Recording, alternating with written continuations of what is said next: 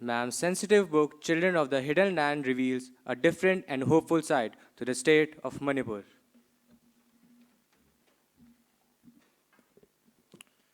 Miss Mandira Shah is a part time writer who spends most of her time in the world of IT, engineering automation solutions using data science.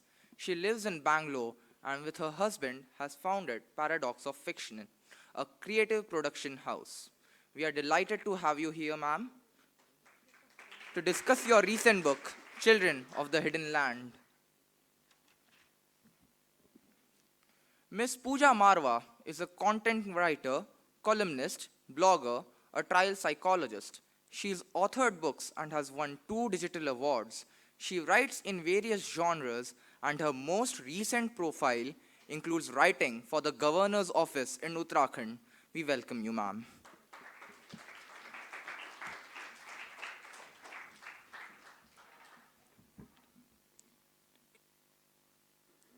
We also have with us Arohi Bhattacharya and Ayan Azmi. Both students are from grade 11th of the Townsbridge School. The Townsbridge School, which has, in a very short span of time, carved a niche for itself as one of the eminent CBSE schools of Dehradun. It is now embarking on its residential program journey with this session onwards with world-class pastoral care and dining facilities to name a few. I welcome Arohi and Ayan on stage to take this conversation forward.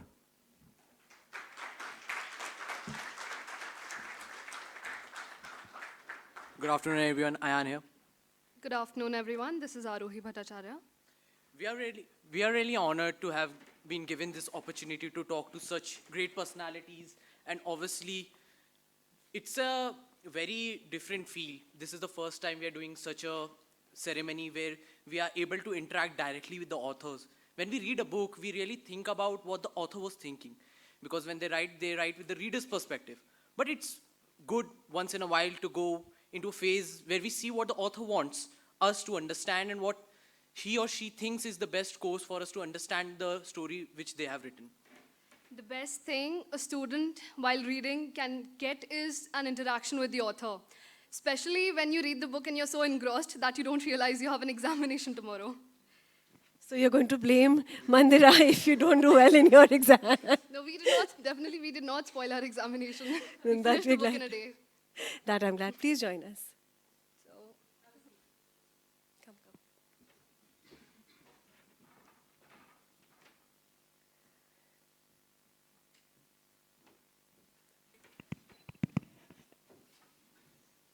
Thank you. Thank you all for being here. And thank you very much, Mandira, for joining us. As jury for the young adult category of at Valley Awards, believe me, it was a really, really challenging but exhilarating task.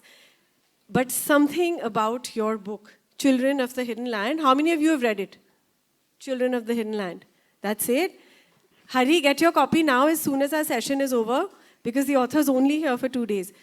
There's something in this book that just touched my soul to another level. You know, we talk about Northeast India like it's a distant part of the world. It's not a part of our country. You know, we just say sister state, Northeast India, this, that, but nothing touches you. You know, at a place where all your children, younger than you also, should be playing out carefree, under the sun, chasing butterflies, lying down under the tree, doing nothing. What are you doing? You're learning how to save yourself from tear gas shells, bombs. You're protecting yourself from getting kidnapped, being turned into an insurgent or militant. I think it's the saddest thing that in a country as progressive as we claim to be, we can't give our children the basic comfort or right, I think fundamental right of security, right? You agree? We take it for granted, Mandira, don't we, that safety to hai. What do you have to say on, first of all, congratulations on winning the award. This book deserves to win on every count. Thank you. And Mandira has also been finalized for the Author Awards, as well as recently won the Binod Kanoria Young Adult, right? Young Adult Award. So can we please have a big, big round of applause? Thank you. How does it feel to be a winner of so many awards? a bit like a fraud. Why fraud? Can you hear me? Yeah. It's like it's my first book. I think I have a good story. Not think, believe me, you do. Yeah, but like I'm a newcomer here, so you feel okay. I don't think I deserve this, you know. You deserve all of this and more, believe me. You know, I generally read, I'm a voracious reader, and I think I can read a book in a night, but this one, it made me laugh, it made me cry, but most of all, it gave me goosebumps because, you know, I have young kids, and we take so much for granted. And when you read about the protagonists, April and Hen Toiba, am I pronouncing it right? It just hits home hard that this could have been my child, you know, and then you take it on you. What, right? Yeah, and that is exactly the reason there are two protagonists in the book. One is April and the other is Shalini. April is a Maitai and she is from Manipur. Shalini is from mainland India. She's the daughter of an army man. I wanted to bring out the contrast, and to bring out the contrast, I wanted the two characters to be very, very similar. So in terms of what they liked, what they disliked, the hopes, their aspirations, all of those things I've kept more or less the same. Between But- April and Shalini. Between April and Shalini. But their realities are so, so different. So I've tried to keep, even their voice sometimes are very similar. Because I want to make that thing that these two children are very similar. And yet, when it comes to their realities of what they face, it's so different. How they react to it. Yeah, and what their realities are. Yeah. And how they react as well. Yeah. Because they have so much on their head and hearts when they go to find their friend that you don't know how they're going to react. And yes, you're right that though they're similar, they're very different in their own ways. Yeah, absolutely. What did you think about April? Actually, when you look at it, both were of the same age group. Yeah. But reading the story, it highlights how the place where you were brought up, the circumstances which you faced, shapes your character. We saw that Shalini, initially when she came, she wasn't that mature. She was like us. Absolutely. Yeah. So you're calling yourself immature. Like, I am only 15, 16, so it's not that age that we should be exposed to such harsh realities. Yes, that's true. But we see April, from a very young age, she has been exposed to those crimes, and that has hardened her very prematurely. Especially when her sister was also taken away. Yeah. So, you know, you don't know what to expect, right? What are your views on April? I definitely think that April and Shalini, they were very similar because of, like he said, they had. But they didn't like each other they in the didn't like beginning. each other in the beginning, and even in between, they had a small fight. Yeah. They had a small fight. I think April resented Shalini for a little while. Of course. Coming from the Especially- mainland, yeah, and and being especially the being daughter. an army. Army person. Yes. So you think army people have that little edge? No. I hope there's no army person in the audience. Depends. Yeah, okay. Sorry, I'll come back to you. No, I was just saying that April and Shalini, both of them, they resembled a lot. But again, being from a place, the mainland, Shalini was different. She wanted to show her father that girls can do something really great. And April, learning to face tear gas and human child trafficking, all of it made them different. So the problems that they are facing are also so different, right? Like the problem that Shalini faces is how, like, I want to make an impression on my dad. The problem that April is facing is that she doesn't have anyone at home around. Like, her dad leaves her at home to her own devices, right? Because, mother is out there trying to figure out what's happened to the sister, and the dad is out there I figuring think out. their issues are real life issues where, you know, our kids, my daughter's sitting here, their issues are like, oh my God, I got a zit. I have to go out tonight. You know, like things like that. Please don't kill me. But the thing is that... Mom, embarrassing. yeah, but I mean, those are like, oh my God, issues, you know, or some song that you can't download, or a Spotify app that doesn't work. Yeah. But for April and I Shalini, need when, to speak I'm with sure my you'll relate. gay friend right now. Yeah, but But when you talk of children in the Northeast, even today, I mean, this is a coming of age book. It is for today, right? This is not what they face. I mean, I don't even know if you can call it a childhood, right? Yeah, not at all. You can't. So tell me, Mandira, when do you get time to write? Because you're working full time in IT, which is very, very varied from creative writing. How did writing come to you? I've always liked, like, I've always read books. I've always liked to read books. And then, I mean, write as well. Like, but what I was writing earlier was mostly short stories. And then I said I would like to try my hand at writing a treasure hunt. My favorite Treasure hunt? Yeah, Interesting. my favorite story growing up was Treasure Island. So I read it every vacation. And then I started writing a treasure hunt. And while I was writing a treasure hunt, one of the characters was from Manipur. And you know what happens in the internet today? You search for something and it'll keep showing you stuff from Non-stop, there. yeah. And then I went into this whole dark hole of Learning more about it. learning more about Manipur. And learning more about Manipur landed me in a very different place where I was like, this is also my India. Yeah. So it was a very shocking thing for me. And then because I don't believe everything, I started reading reports. So a lot of my primary job, right, analysis and Yeah. so That helped you with your research. So you used your IT analytical brain to kind of put down with your creative brain to write. yes. So yeah. That's how it came about. Very interesting. What do you have to say? Do you have a question on that? Actually, what I wanted to ask, like every writer in the audience can relate. When we start writing, there comes a time when we are like, okay, now what? Because when you start writing, there comes a phase where you're Like a confused. writer's block. Yeah, like you're confused. Do I add more characters? Do I continue? Do I stretch it or do I end it? So like, for example, if I am writing 15, 20 pages after that, I'm like, okay, now what? But did that also happen, How did you Mandira? cope up with, keeping it in flow, but also adding more information? Or did you write it like at one stretch? How did your writing process happen? Because Mine. one question everybody likes to know, how do you write? Like, because if you're working. Yeah, characters also will come to, but the writing process, because you're working, and then he's rightly asked that, did you write it in gaps? Did it happen at one stretch? So I keep a North Star. So I know where my protagonist will end. I know where my story will end. I know, like specifically for this book, I had various aspects that I wanted to address. So I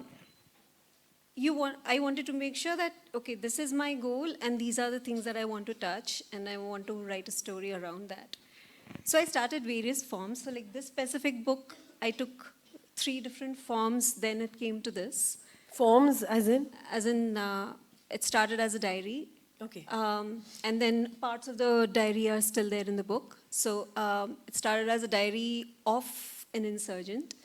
One of the characters from that is here as Nelson. But then I felt that it was too personal and probably that was not my story to tell because I did not have that perspective. Then whatever I would bring to the table would be Kind of biased. not only biased, but probably taking on something that I did not have the right to tell the story. Okay. So then I started with, okay, let me take the same perspective, but like, let me say somebody else found the diary and what happens. But that also didn't go anywhere. Okay. And then I said, okay, if I need to have a mainland perspective. So, because that is the story I can tell, because I am from outside. So I have to give an outside in view, because everything else felt very fake. Yeah. So then I gave the outside in view with Shalini's character. And I felt it brought in a little more dimension with her being from the army. So when you name or form your characters, you know that this is the story that you're going to say. But when you talk of characters, how do you, and names, because Hentoiba, again, very different between Hentoiba, April, a little Americanized, And then you have Shalini, which is typical Indian. So how did you come across with character building or the names of your characters? Absolutely. So when Henthoiba is not really there in the story, but I wanted Henthoiba to be a very big part of the story. So I wanted a name that was very, very strong and something that was very resonant of the place. And that's the reason I chose a name that was from From there. From there. From Manipur, yeah. Then the other part is when I was exploring, okay, how do people name there? So I found very interesting ways in which people name their kids. So there was this person who had a child just when they got a promotion. So they called their child Promosani. Really? So there's no going through whatever that Patri and Naam and all that. So I found that so, like, in a sense, it's so like heartwarming as well, right? Like the name of this name of the child is so much a part of what has happened to your life. Current, yeah. So then I said, okay, why not April? Maybe she was born in April. So supposing someone fails, then what is the name of that child? Strange. Next time Vijeta, maybe. Next who knows? time, yeah, I know. Next time, Vijeta, that's funny. Yeah. So do you have any question on character building for Mandira? On character building, I would actually like to ask, how do you start writing a book? Is it the plot that you decide first or the characters that you think about? So this one, it was plot first. No, for me, it's always theme first. So this was theme first. And then how do I treat the book goes through various aspects. So the theme, I definitely wanted it to be the backdrop of Manipur. This plot changed a lot. And then while the plot changed, the characters came about. The current one that I'm writing, the theme is identity. So there, I wanted it to be, because it's about identity, I wanted the plot, the character first. So I decided, okay, this is what I want my character to be. This is where I want the character to go. And now I want to kind of say, how do I want to write the story? So you kind of create your character and then In this kind of one, yeah. for the next one. We will. What is your next one about? Quick. If I were It's to on it's on identity, and like we know in India, identity is so important, right? Yeah. Especially your birth identity. Right. The reality that you live is based on your who you are, especially your caste, your religion, your region, Right. everything, right? As much as we say that we don't believe it, it's very much there. Very much there, for sure. So, tell me a little bit, just going a little off track, you enjoy dancing. You enjoy doing daydreaming, which is doing nothing, which is something that I really aspire, because, when people say sometimes you have to just tune off in life and do nothing, I find it very, very, very difficult. How does dancing and, literally taking off, what do you do when you want to just chill?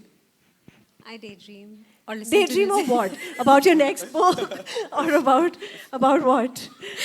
If my kid allows me the time, then I'll be sitting. So I have a small space where I have a swing. So I'll just sit in the swing and not think about anything, not do anything. She says something really cute on the first page of her book, which is that she has a young daughter, teenager, who asks the weirdest questions and throws truth bombs. So I am going to ask Mandira to tell us about a few questions that she asks you which absolutely baffle. Because when I ask questions, there's one answer I get, which is meh. Which is, I think, all the young children, is that a word that you children also use with your parents, meh? Personally, my father's in the Air Force, so we don't get that kind You of don't luxury. have the liberty. Okay. So tell us something about that. Does she also help you in your creative thinking, or do you kind of brainstorm with her? So, of course, just being around her helps with the creative thinking process, because the kind of stories she tells me, the kind of person that she is. So that helps, because she's a 10-year-old and I write for kids. And she behaves like a young adult. So Yeah. They're like 13 going on 50 sometimes. Or should I say 15 going on 25? she was 5 going on 15 when she joined her school. So. So she also, did she read it before it came out? This one I did not No? let her, but everything, like right now, she'll be sitting here while I'm writing Just to see what you're writing about. comma's not there. Okay. Sentence is wrong. Your beginning is too boring. Yeah, that is a standard one. They are like your best and worst critiques, right? Are you also the same? I am not like that. No? I don't do that. Okay. And there's also the story about a young Mandira when you were in Darjeeling. And there was this boy who tells you that, you know, I think you were there for a vacation or something, and he says, please don't visit us again. Why that? What was that story about? It was not so much as please don't visit us again. It's like we'd gone there during pujas, and you know how it is in Durga pujas.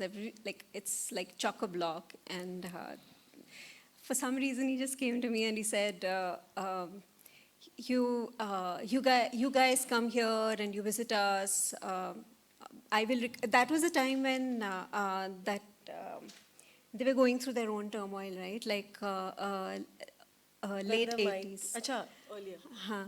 So they were talking about,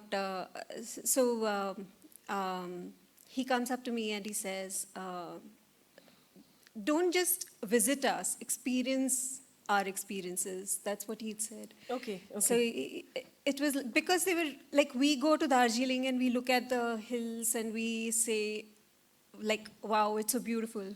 But the reality of their life was like, even 2 or 3 years back, they were going through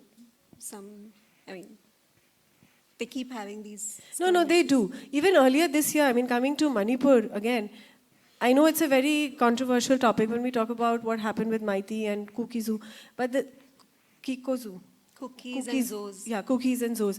So, do you think that also had a part to play in this book, or not really? So somebody asked me whether insurgency is like the French Revolution.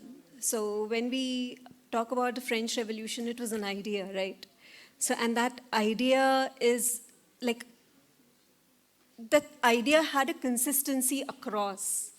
So there the problem is that, and I've mentioned it in the book as well, that there are as many voices as there are people. So like, there is not a single, like if there was consistency, then things would have been a lot different. But right now it's like, there's so many factions. It's just really sad. Whenever you hear about the Northeast, it just hits home really hard because it's just not fair. Where we talk again, coming back to fundamental rights, it's just not fair to have them living under so much of strife and stress. While the rest of the country, we're spending thousands of crores in industrial growth, economy, sending, rovers up to the moon, but not being able to provide basic safety and security. Do you have any question? Because I have a fun rapid fire for Mandira so that we all get to take home a little something special. So if you have a question. Yeah, we did prepare a certain set of questions So after reading the book. quickly.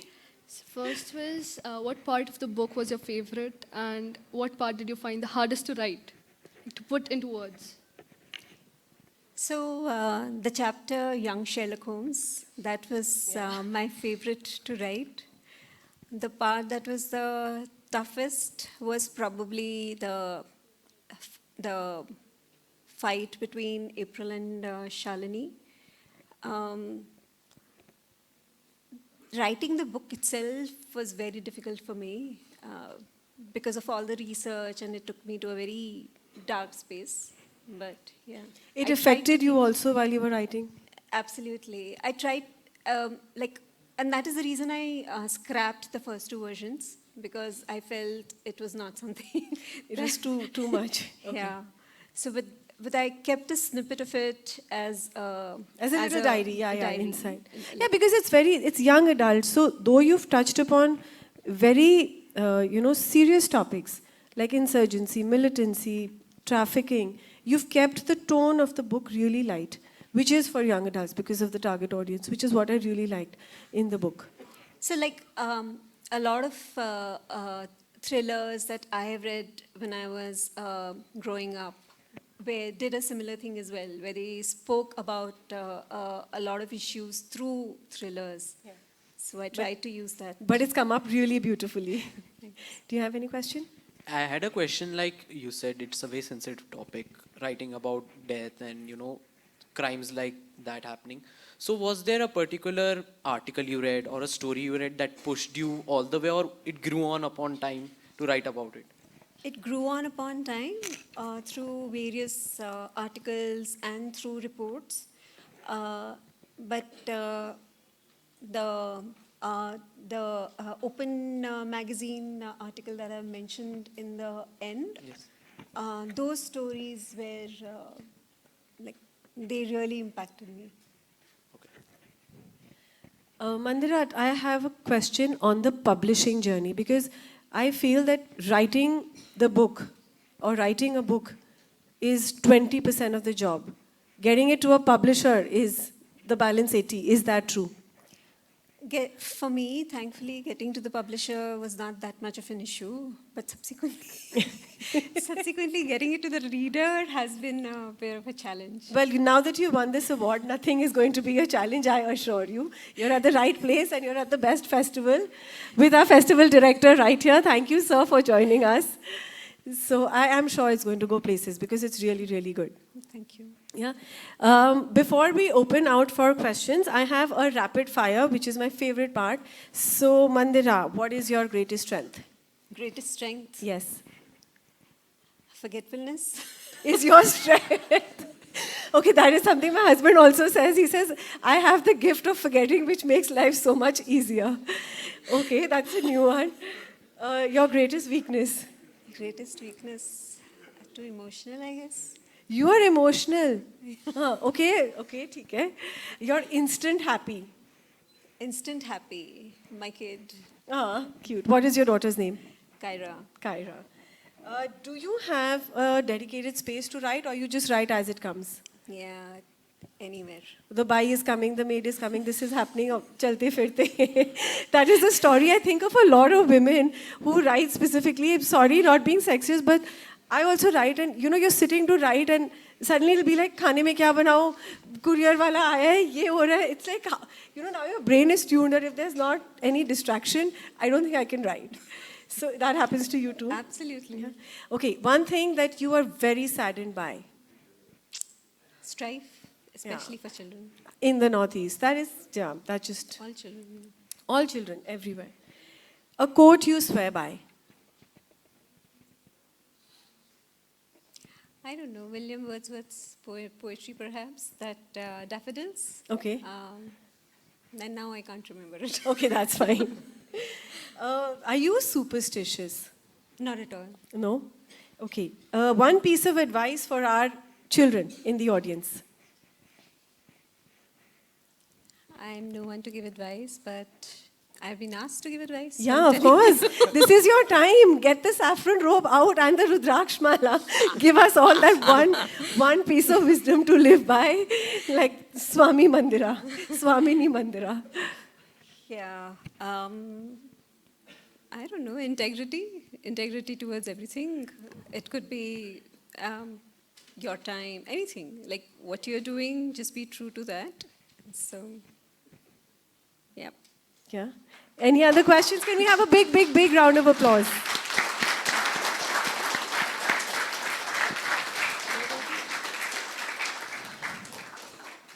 I was very keen to know after reading the whole book, have you thought of writing part 2?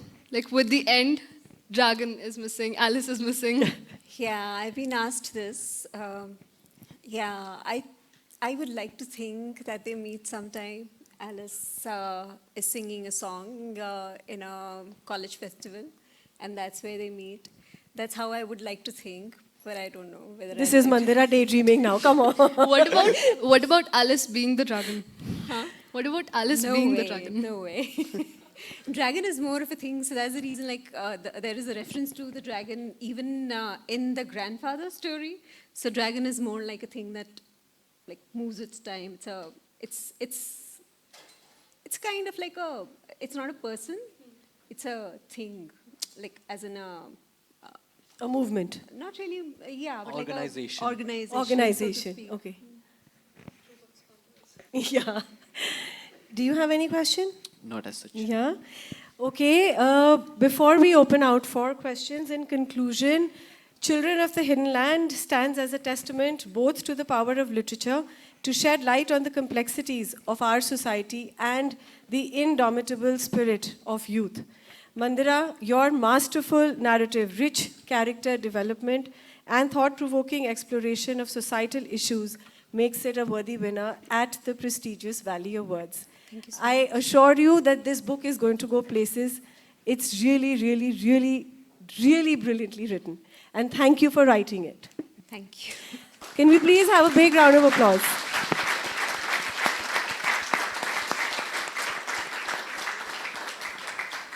We're open for questions, if anybody has. First question, please, to him. He came ready with a question.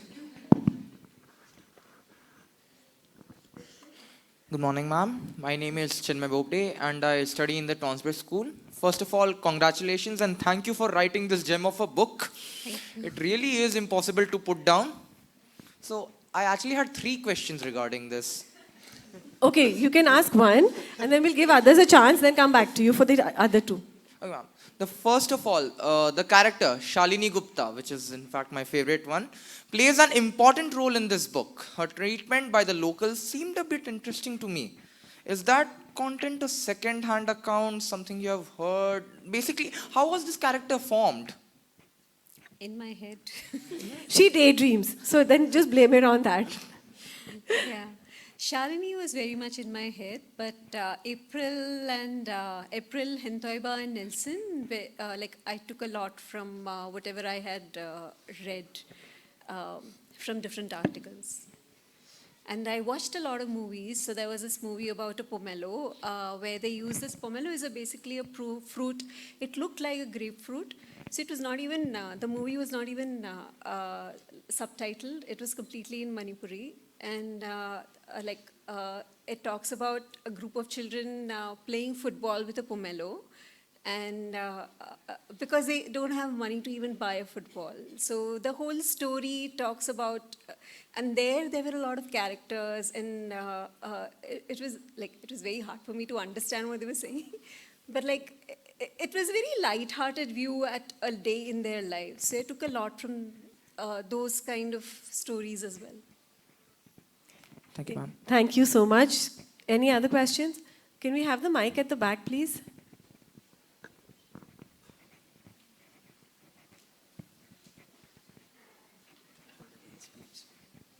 Greetings from my side, ma'am. I'm Arpan from the Tonsbridge Schools, currently studying in grade 9. Ma'am, my question to you is, why mainly Northeast in the book, and what are your opinions regarding the current state of emergency persisting in the Northeast? Thank you. So I'm not really equipped to answer the second part of your question because I'm just a writer. I write books. Everyone has an opinion, and I would urge you to form your own opinion. And so, okay, this book is set in the current times, right? Then there's this book called When Blackbirds Fly. That is set in Mizoram, and that is set in post-independence.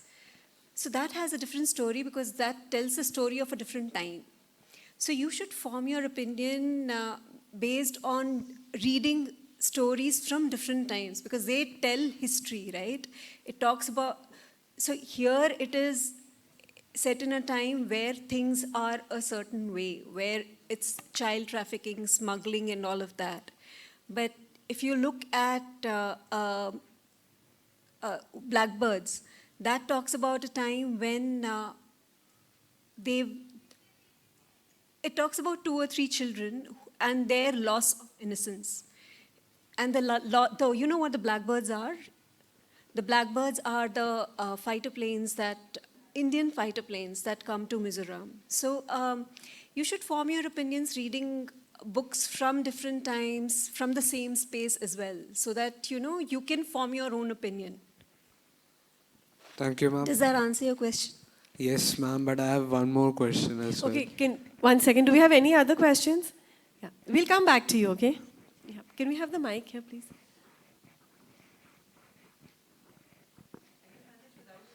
Yeah, it's just easier. The children at the back can hear you. I'm Ariba. I have a very writerly oriented question. I was curious, did you come up with the title before you finished writing the story or after it? Or what was your process like in terms of the title? Because that plays an important role in terms of selling the book to the audience. And what was that process like? That was a very tough process. When it came to the diary, I had a ready name, Children of the Forgotten Land. So, but when it came to the book, we rallied a lot between us, myself and the publisher, and then it was like this name, that name, and then this one hit the chord with everyone. So You didn't take inspiration from the Manipur way of naming. I know You should have taken that for the second one. And also many, many, many congratulations. Thank you so much. Very well deserved. Thank you. Any other questions? Ma'am, I have a question. Okay, sure. So it's very simple. You can answer in one word also. Is this true that a writer has to look beyond what is right and wrong? Beyond? Beyond what is right and wrong before writing? I don't think there is anything that is right and wrong. Like, you have so many perspectives. So what is right for one could be wrong for the other. So So it's basically mastering the art of perspectives. absolutely, everything has different perspectives, and they're like the same thing. Same thing could be right or wrong depending on, right? So, Thank you. Yeah, what's right to one could be wrong to the other, and Yeah, vice versa. absolutely. Any other questions? I'll come Unless back to it's you, but at the altruistic. back. Yeah, she's right here, please.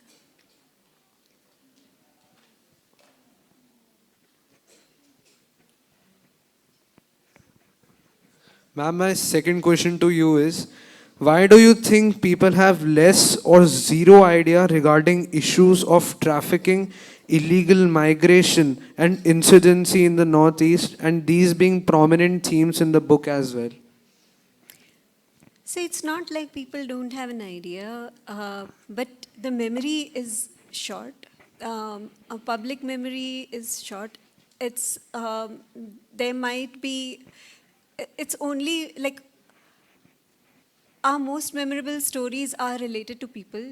They are not related to a headline. So most of the time, these stories end up being headlines and are not really about people. So it's only when we make it about people that we care about, that they become memorable. And that, I mean, that's what we are seeing happening right now, even in Palestine, right? Like, they are trying to name. Yeah, true. That's what I'm saying, that, where we, like, safety for children, even Gaza, it's just sad. We're trying to not pay attention to it, but it's there. It's a very relevant, important need that needs to be addressed by all our world leaders, but Yeah, and nothing that's is what they're happening. doing in Palestine. They're kind of like, instead of making it about numbers, they are converting it into named stories. Yeah. So when you have named stories, it hits you, no? Yeah, it does, for sure. Can we have the mic here to the lady, please? Inko. Thank you. Good afternoon, ma'am. I'm really delighted to be here and having the opportunity to talk to you. I teach at Townsbridge, and my question is, most of the students tell me that they read science fiction because they want a temporary escape from reality. So I would like to ask you, as teachers, how can we motivate them to come back to the real world and read about real life situations? So, like, even science fiction talk about very complex things, right? Like, I would say, like, as long as children are reading. Right. But Absolutely. so when I grew up, I was reading this book, Wuthering Heights. And after reading Wuthering Heights for 2 weeks, I was like, what did I read? It's like I was like in such a dark space. I didn't know whether to like Heathcliff or hate Heathcliff. So contextualize. So like then I was talking to like a reading facilitator, And then she said, I gave this book to the kids and said, here, read this book on toxic romance. And I'm like, my God. Like, Toxic romance. Okay, that's heavy. It's like, you're reading, so she used, so people who were reading romance were like now reading literary fiction, but not only were they reading literary fiction, they were reading it with a context. So that totally colored how they were reading the book, right? So I thought that was brilliant. Does that? Yeah, Thanks. thank you. You can take the mic for your second question.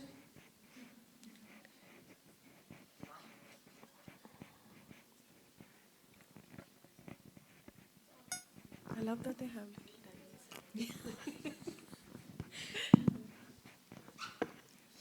Thank you, ma'am. My question is an extension of what Arpan asked. A trend I've noticed is that most young adults around the age of 15 or 16 gravitate towards foreign authors more. So, by this splendid book, do you think that maybe they all will be attracted towards Indian authors and will try to read more about issues which India faces, etc.? I hope so. No, before ma'am answers, you tell me which author do you read, Indian or foreign? That's what I'm trying to say. That's where the answer is. Mostly Jeffrey Archer and stuff. That's also to do with distribution, no? Yes. So, like if you go to a bookstore, like a crossword or something, you will have most of the foreign authors there. Children's section, it's mostly foreign authors. Yeah. You will have a few Ruskin Bond, Sudha Murthy, and then there will be one shelf where you will have some Penguin books. And Penguin books, because Penguin... Penguin to penguin, yeah. But other than that, like they find very difficult, it's very difficult to find space for other publishers Yeah. with all of That is where you're facing a bit of a I you don't are. know, like that my publisher. publisher will tell you. Okay, thank you. I hope that answered your question. We are out of time, so we need to conclude. Thank you very, very much. I hope a lot of you will pick up Children of the Hidden Land and read it, because believe me, it's a book for all of you. It's a book for not only children, but even for adults. A book that needs to be read widely in India. Okay, you have a question? Yes, you can.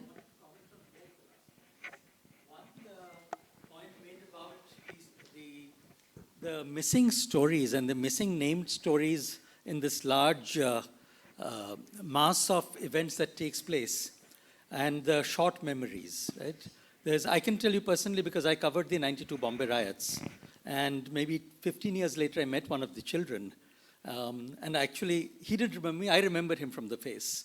And I had actually taken him for a tour of a planetarium after the riots because he had no parents. And he remembered nothing. He remembered the fact that he went for a tour to the planetarium. He did not remember how his parents died. It was wiped from his memory. And it reminds me of a line from Paulo Coelho's Fifth Mountain. I'm going back to a foreign author for a moment, where it says that children look at the immediate, and for them, the concept of long-term gratification does not exist. So in a few hours or a few minutes in Fifth Mountain, they are out playing soon after a war.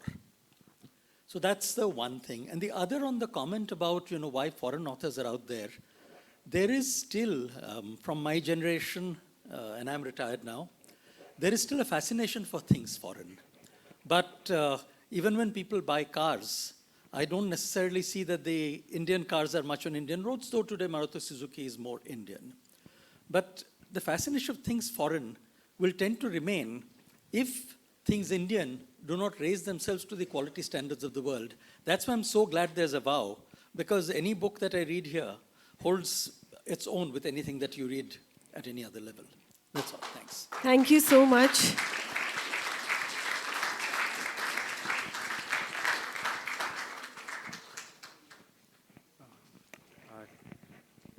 Thank you, panelists, for this wonderful session. Now I would like to invite Yuanvika ma'am to give the token of appreciation to the panelists.